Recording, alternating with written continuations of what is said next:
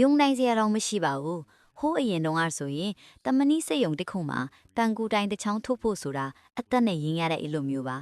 အဲ့ဒီတော့ကအခုခေတ်လို့အလိုလျောက်စနစ်တွေမရှိပြီးတော့တမနီပြားဒီကိုပုံဖော်တာဟာလက်နဲ့ပဲအဓိကလုပ်ခဲ့ကြရတာပါပထမဆုံးအနေနဲ့2000 degree Fahrenheit နီးပါးအပူပလေးထားတဲ့တမနီတုံးကြီးကိုမီးဖိုထဲကနေဆွဲထုတ်လာပါတယ်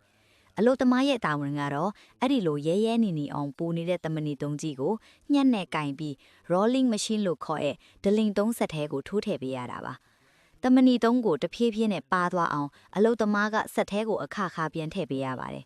ဆက်ထဲကိုတစ်ခေါက်ဖြတ်လိုက်တိုင်းတမနီတုံးဟာပိုပြီးရှည်ထွက်လာသလိုပိုပြီးတော့လည်းပါသွားပါတယ်ဒါတွေအားလုံးကိုအလုသမားက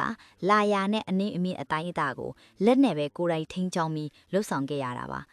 အလုယုံထဲကအပူချင်းဟာလည်းမီးဘူးကြီးတစ်ခုတည်းရောက်နေသလားအောက်မရလောက်အောင်ကိုပူပြင်းလာပါတယ်ပူပြင်းလွန်းတဲ့တမနီတွေကကျမ်းပြင်ပေါ်မှာရှော့တိုင်သွားနေတာမို့အမအရွင်အနှဲငယ်လေးကပင်ပြင်းထန်တဲ့မီးလောင်တန်ရာတွေကိုရစေနိုင်ပါတယ်ဒါပေမဲ့အန်ဒီရဲ့အရှိဆုံးအချိန်ကတော့တမနီချောင်းဟာပေပေါင်းများစွာရှည်ထွက်လာတဲ့အချိန်ပါပဲအရှိန်နဲ့လေးပတ်နေတဲ့တမနီချောင်းဟာမီးတောက်နေတဲ့မွေးတကောင်လိုမျိုးဟိုရန်ဒီရန်ဖြစ်နေတတ်ပါတယ်တေးသေးချာချာမထင်းနိုင်ဘူးဆိုရင်လူကိုယ်တောင်လွင့်စင်သွားတော့ရိုက်ပုတ်ပြနိုင်ပါတယ်ဒါကြောင့်မို့လေဒီအလုပ်ဟာတမနီလုပ်ငန်းခွင်မှာအန်ဒီရဲ့အရှိဆုံးအလုပ်တစ်ခုအဖြစ်ကာလရှည်ကြာတတ်မှတ်ခံခဲ့ရတာပါ